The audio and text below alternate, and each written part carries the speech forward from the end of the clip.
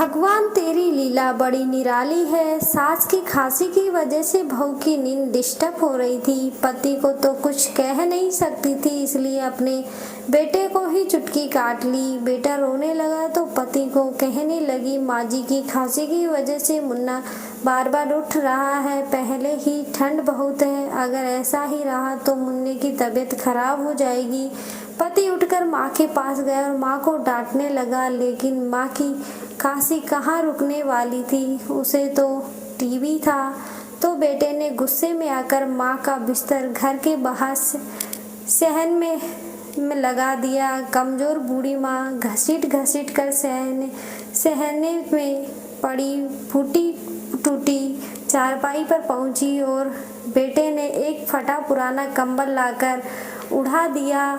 उस दिन ठंड बहुत थी, माँ कांपती रही, लेकिन खांसी भी रुकने का नाम नहीं ले रही थी।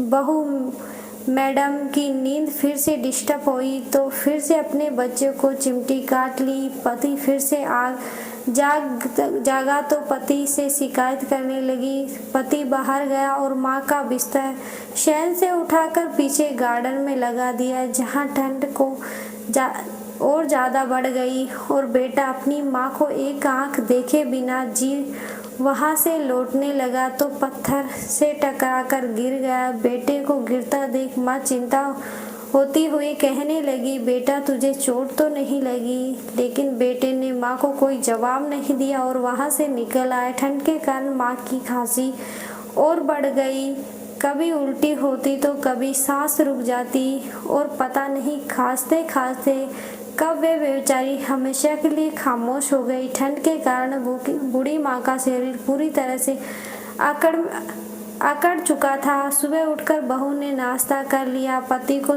बच्चे को भी नाश्ता करवा दिया। उसके बाद बाहर जाकर देखा तो बूढ़ी माँ इस दुनिया से चली गई थी, लेकिन बेटे और बहू के चेहरे पर तो कोई उदासी का भाव ही नहीं था, बल्कि वे दोनों तो खुश थे कि बूढ़ी माँ की खांसी से छुटकारा मिल गया। समय बीतता गया, उनका बेटा भी जवान हुआ। पत्नी तो बेटे की जवानी में ही मर गई थी, लेकिन पति बचा था जो अब बूढ़ा हो गया था। वह भी खांसता तो उसकी चारपाई भी वही होती जहां उसकी माँ की चारपाई लगाई जाती, लेकिन वह मर्द था तो उसमें सहनशीलता ज़्यादा थी। एक सुबह वह अपने पोते को गोद में लेकर प्यार कर रहा था। रात को बच्चा बीमार हो गया तो बहू ने सारा इल्जाम ससुर पर लगा दिया और कहा कि ससुर ने हमसे बदला लेने के लिए हमारे बच्चे को अपने पास ठंड में सुला लिया। मैंने मांगा तो मुझे गालियां देने लगे और कहा कि तुम मेरे पोते को मुझसे दूर कर रही हो और अब देखो हमारा बच्चा बीमार हो गया।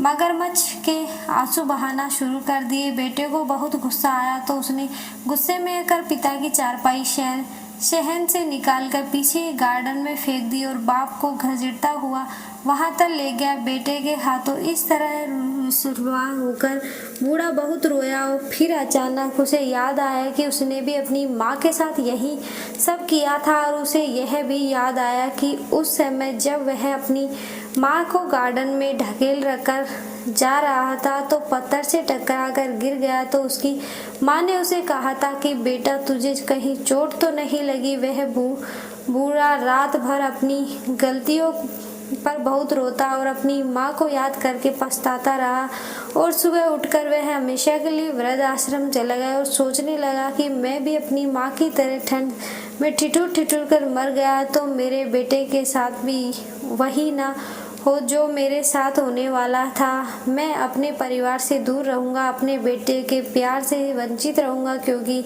मैंने भी अपनी माँ को अपने प्रेम आदर और सम्मान से वंचित रखा और मैं इसी लायक हूँ। यही मेरी सज़ा होगी, यह मेरे कर्मों का फल है। वीडियो अच्छी लगी तो वीडियो को लाइक करें, चैनल को सब्सक्राइब जरूर करें। धन्यवाद।